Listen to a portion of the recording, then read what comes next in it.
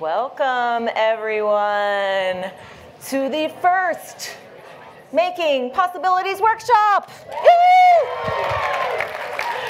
We're so glad you could be here today. My name is Lisa Regala. I'm the Interim Executive Director of the Maker Education Initiative, and we're so thrilled to be able to host this workshop for you today. We have an action-packed day filled with making, collaborating, networking, and having a lot of fun. But we're going to try to stay on time, so I'm going to be very brief.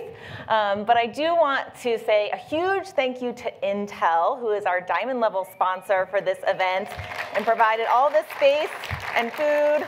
So huge thank you to them. We also have Adafruit, that was a sponsor at the friend level for this event. And we have a ton of in-kind donations, some of which you're going to see later at the end of the day for our fabulous drawing of prizes. But we love in-kind support from Maker Media, Little Bits, Joy Labs, and Google for Entrepreneurs. So let's thank them as well. And I have the pleasure of introducing you to Shelley Eskew. Shelley is a vice president at Intel Corporation, Global Director of the company's Corporate Affairs Group, and Chair of the Intel Foundation Board of Directors. She oversees professionals in more than 35 countries, working to enhance Intel's reputation as the world's leading technology brand and corporate citizen. Shelley's group has won many awards, but including in that is the Committee Encouraging Corporate Philanthropy's Chairman's Award for Intel Teach, which is a program which now has trained more than 12 million teachers around the world. So join me in welcoming Shelley.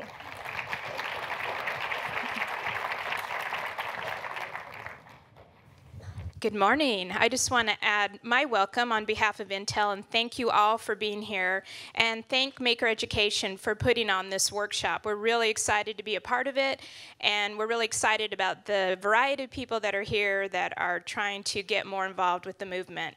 At Intel, we've always known that the way to have the biggest impact is to work with educators. And so that's why this day is really important to us. We want you to have fun. For sure, we want you to tinker and learn and get to know each other. And the only request we have is that you don't burn the place down, because we will get in trouble and never have another one. But have a great day and really enjoy yourselves, and thank you all for being here.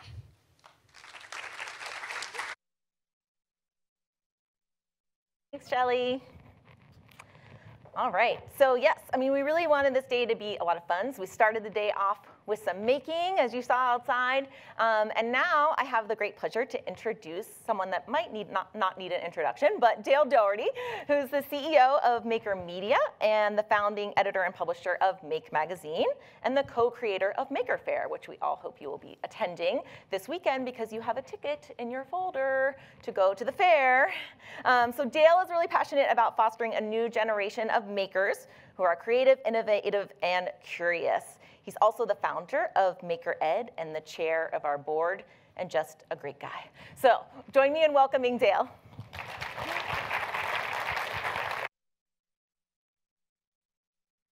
Thank you, Lisa, and welcome everyone. I'm really happy to be here. But I have to tell you, when I was thinking about being here, there's so much I would like to share with you. There's so many great ideas, so many projects, so many people, so much is happening here. And I have 20 minutes, and there's no way to do that. But actually, I got to thinking that many of you will discover what I've discovered through this process by making things, by working with children, inviting people to make things. We just finished a 2-day MakerCon, and we had about 450 people not too far from here. All of the makers getting together, sharing their ideas about starting new businesses, working in healthcare, working with libraries, working in schools, working in rural communities, working in cities, doing all kinds of things. And it really is not only fascinating, but it's really inspiring. Maker Faire, for me, is the lens that started this, we began seeing lots of kids showing up to Maker Faire. And we did want that. We designed it as a fair to be fun and something that you would bring kids to. We wanted families to come, not just sort of geeks or not just a bunch of techies. We wanted everybody to participate because it was fun. And we'd have, things like robotic giraffes, and kids would pet them and talk to them. But mostly we wanted kids and everybody who came to Maker Faire to discover that they can be makers, that they can be creative and employ technologies and tools in pursuit of their own personal goals. But we also had teachers coming to Maker Faire. And this is a slide, there's too many words on it, but it really just sort of highlights, this is what teachers who come to Maker Faire tell us why they're coming. And, it's just fascinating to me. They're looking for projects to do with kids. They want to invite kids. They want to cultivate a maker mentality. I want to get ideas that I can take back to my classroom and allow me to get students using tools and building things, something that I haven't done a lot, but I want to do more of. And that phrase here, I hope, represents at least some of you in this audience here. We wanted to create some workshops like this one, mainly to help teachers and broadly educators take those first few steps into introducing making into the classroom. And I find some of the educational conferences I would go to and even participate in, I found sometimes they were really conceptual and theoretical. And what we often needed is, what do I do? What kind of projects fit in the classroom? Where do I get the supplies? How do I organize my space? And how do I think about this in terms of what children get out of it? And lastly, I want to kind of say that I could probably make it easier for all of us if I was up here to say, oh, this aligns perfectly with all the educational standards, and this aligns perfectly with the mainstream thought in education and STEM and everything else. I think if you look at it, it does, but I think it's actually subversive, not something that just easily fits in. It's something that is subversive because it's causing change. And we talk, actually, I see the word around here in Intel, and I'll talk about it more, is innovation. And innovation is subversive. It's the desire to change the way things are. And so making in schools needs to be subversive if we're going to invite kids to actually do things that are meaningful to them. And I believe that, as I'll talk here, each of you is a change agent here, and each of you can make this happen.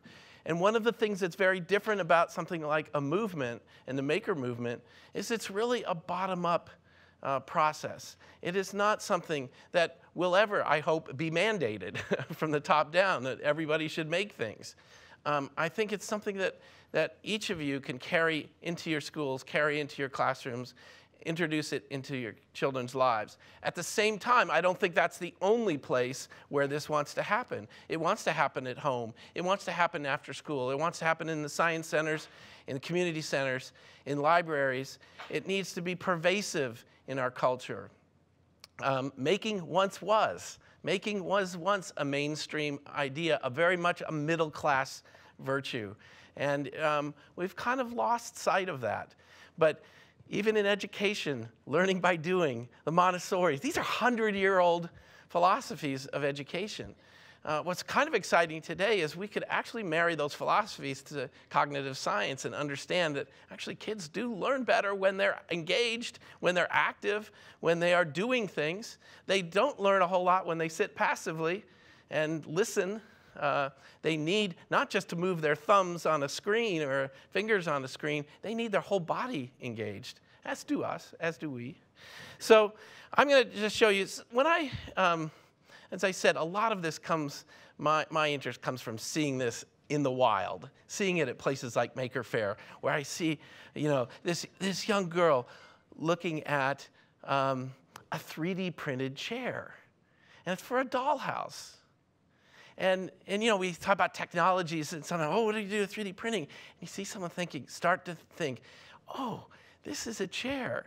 And that chair can be scaled up to be this size or this size, and I can print it out. And this might just be something fun and personal, but it's very engaging. These are a couple boys playing with a letterpress. And again, it's just their hands, their curiosity. One of the things that I believe is that making is a universal language for learning. It is something that transcends our particular languages and our cultures. We see that, we know what's going on. And we can watch and someone do something, and we can try to do that ourselves. It can be described in words, but it doesn't always rely on it. In fact, I would guess that one of the reasons the Maker is spreading is things like video and YouTube, because you can watch that video and you don't even have to understand what they're saying to you. You can pick it up because you see it. But more importantly, you see examples of what other people are doing online. You know, and I can show you these pictures, and just sometimes the simple reactions of people having made things. I like to think of this as I got my brother to dress up, and I had a great time making costumes. And this young boy had never seen a robotic dog before, so he's delighted. And just the curiosity and wonder that is all around us, really. And it can be actually enhanced by the technologies we have today. This is something we have, Nerdy Derby at Maker Faire, where you build a car and just allow it to run down a track. But the idea of participation here, of doing something, building something, playing with it is at the core. You'll see if you come to Maker Faire, life-size mousetrap. It's taking the children's game of mousetrap and making it very, very large. And we have clowns, and we have people waiting for the balls to drop, the skeletons to fall, the bowling ball to go down the staircase and cause wonderful things. We have electric cupcakes, a dozen or so going around. But a lot of what I think is important is I think we're teaching parents sometimes that this is something that kids like to do. And if they sit down and spend a few minutes making something together, I mean, they're both happy, the parent and the child. And my hope is through some of the things we do and others, that they begin to say, this is something we can do. In fact, I would guarantee you that the success of Make Magazine and Maker Faire today is driven by families who want to do this at home.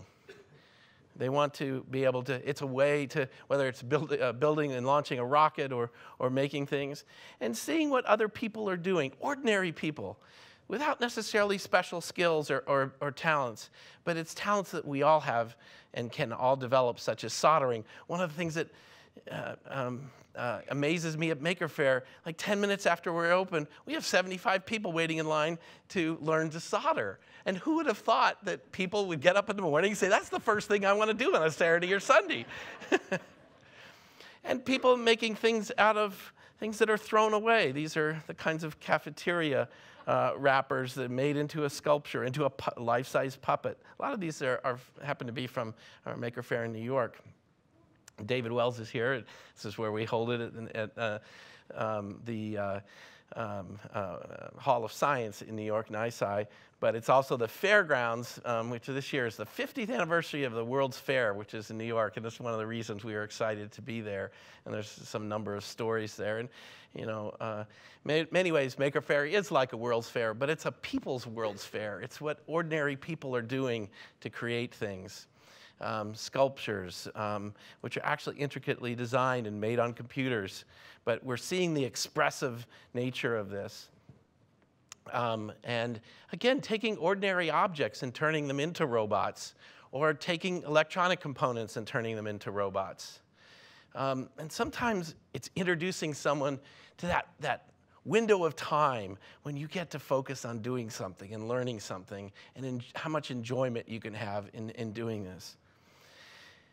And again, I say that a lot of making is today, I think, characterized not out of necessity, but as a form of creative expression. It's something that I can get a reaction from you when I show you. I can interact with you because of that. I can use 3D printers to create masks, or I can use them to create robots, exoskeletons for robots. I can use them to create prosthetics. And these are the fascinating part of what's happening here, and we had a number of them folks engaged in this at MakerCon, is this isn't just makers making some prosthetics for someone who's lost a limb. These are people who have lost a limb making prosthetics for themselves. Isn't that fascinating?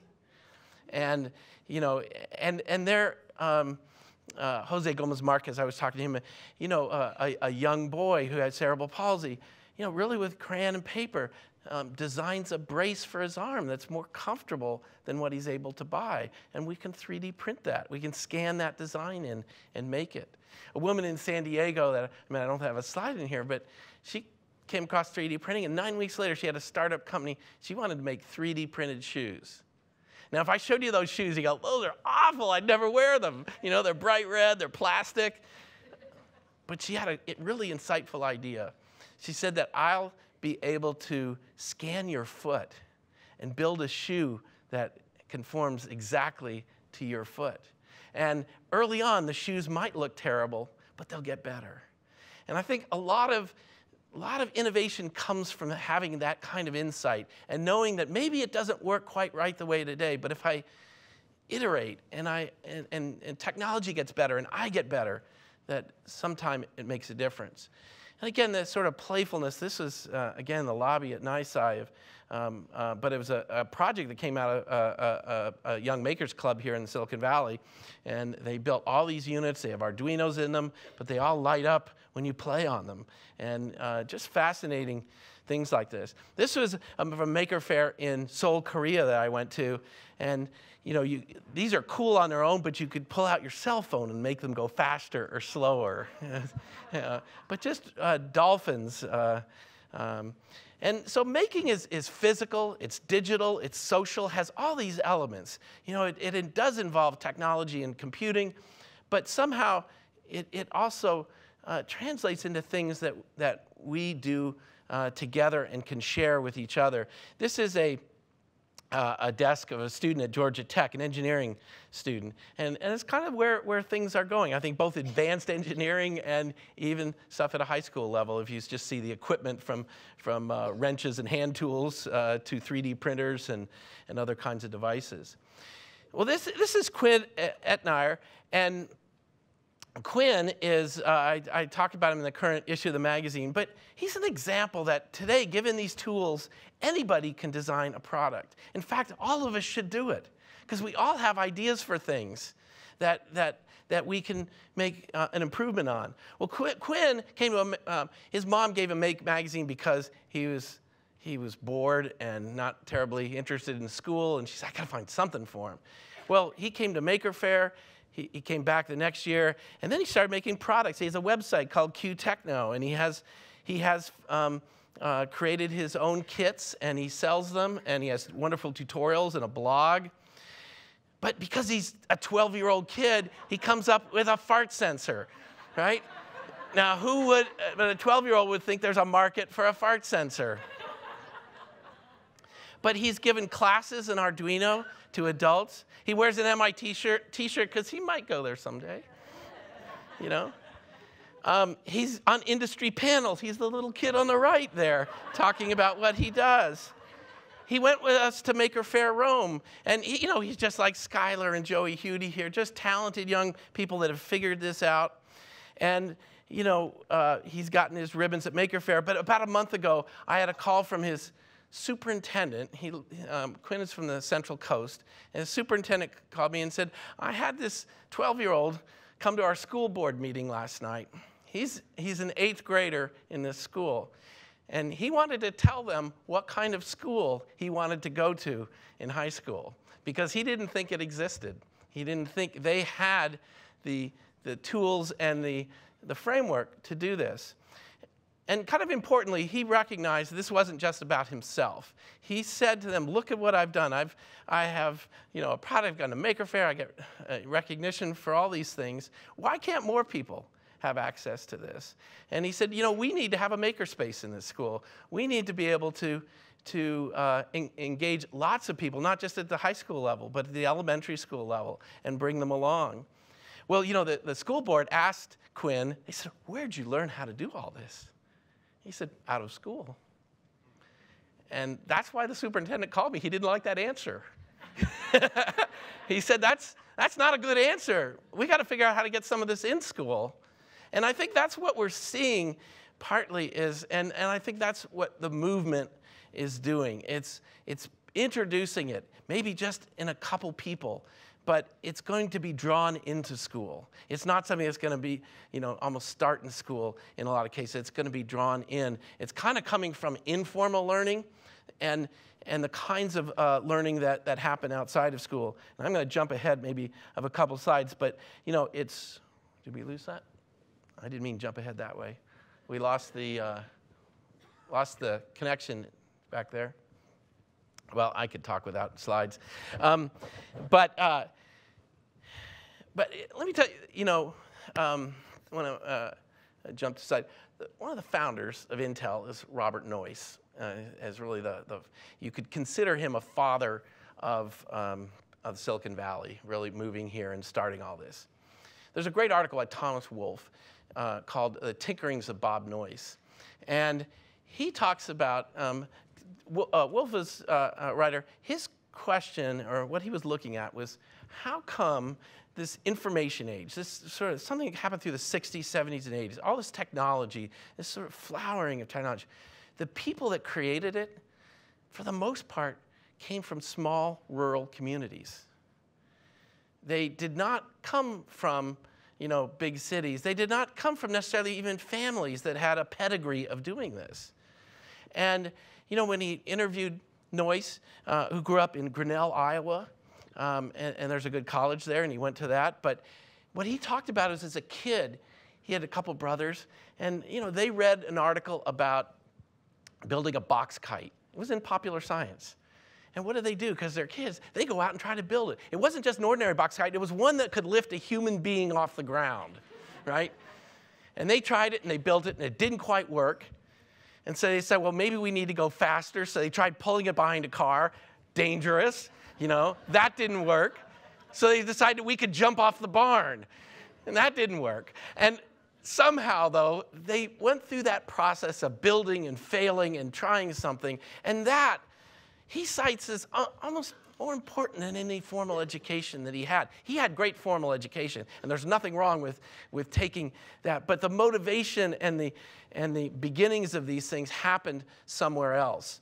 So, the importance for me today is a lot of kids don't have that in their life outside of school, and we have to try to find ways to introduce it to them, sometimes in school or after school.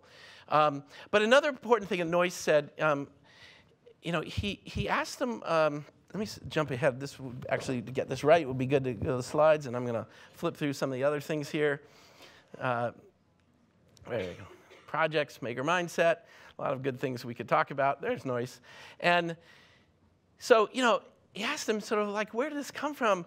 And he says, in a small town, when something breaks, you don't wait around for a new part because it's not coming. You make it yourself, right? Think about how, you probably, if you live in that small town, you probably thought you were disadvantaged, right? Because you couldn't buy that thing. But it turned out to be an advantage. It turned out to be, because you could make these things, you acquired skills that other people didn't have. And that's what I feel like the maker movement today. Again, our kids almost anywhere can buy almost anything. And I think the subversive part is to find ways to get them to realize that the world isn't finished.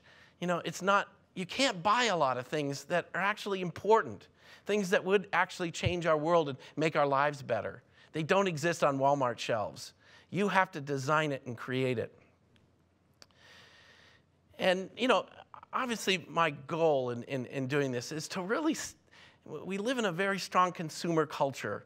And I'm not here to criticize that so much as to say we're more than consumers.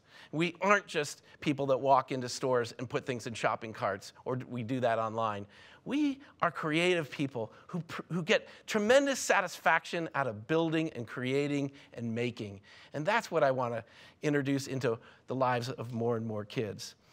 It involves a form of experimental play. That kite, you have to build it and see. But it's that impulse. It's like, that's interesting. And just because you could see a video of it, it doesn't mean that you can do that until you try it. It's creative risk-taking. If you don't take that creative idea and act on it, it goes away, and you sort of lose the confidence in being able to do that. It's also very personal. It means something to you. And I think, again, I love to see making happening in groups and everything, but I think the starting point, and that's why we call it DIY, is it does have to start here. You need other people to help you, but if you don't feel it, if you don't get that satisfaction, you won't keep going on your own. And of course, it's fun. People get together, have a lot of fun doing this. And I think this is, ultimately in an educational context, these statements, I think, have tremendous value. What are we doing with making? And we're offering, Bruner talks about how do children learn best. And this is really at a high school or middle school level, but probably applies to any person at any age. It's deep immersion in a consequential activity, something that matters. And I believe, as I've said here, that making matters, and that play, that space where you're immersed in something and you're lost in it. That's the kind of immersive nature of making. So I'm going to just skip that. But one of the, I guess, big things that I sat in some of these educational conferences and they go, well, how do we assess this and how do we know this? What's the value of this? And I keep coming back to the things that you make. That's the evidence of what you've learned to do. And more importantly, when you can talk about what you've made, when you're able to share that with other people, whether an exhibit at Maker Faire or a web page or a presentation in front of a class, that is part of the learning process as well. That is part of creating that evidence. And I believe portfolios are going to be the real force here for change. That is how we will begin to evaluate students going into college. It will be how we evaluate students coming out of college in the workplace. What do you do? What work have you done? If you went to art school and applied to, or a design school, they wouldn't ask you to take a test on your art aptitude. They would actually ask you to show you their work. And I think that's going to happen in science and engineering as well as art. So lastly, I'm just going to say, many of you are probably familiar with Makerspaces, but I believe that is what we need in schools. We need Makerspaces in schools and libraries in every school and library in America. And that's really my goal, to see that happen. It doesn't matter if it's big. It doesn't matter whether you have 3D printers. It doesn't matter if you have a big budget. It could be a corner of a room with cardboard and tape. And it could look like an art studio. It could look like a bit of the old shop class. Could look like a computer lab. Push them all together and make something happen. So I believe that Makerspaces can help us develop the next generation of innovators, the next generation of disruptors, the next generation of creative talent. And if we do this right, it'll come from new sources. We will tap unexpected talent in our communities. And I was in a Sacramento school, and I saw this on the wall, and I'll close with it. I didn't know who said it when I read it, but it was one of the major innovators of our day. He said, life can be much broader once you discover one simple fact, and it's everything around you that you call life was made up by people who were no smarter than you. I'd love to get every kid to hear that message. We tend to think that everybody else was a genius and we're just ordinary. They were ordinary too. They had an ability, but they developed it. But you can change it, you can influence it, you can build your own things that other people can use. Help me spread that message to more kids. Steve Jobs said it at his commencement address. And I think it gets to the heart of what the promise of making in school is. Thank you very much.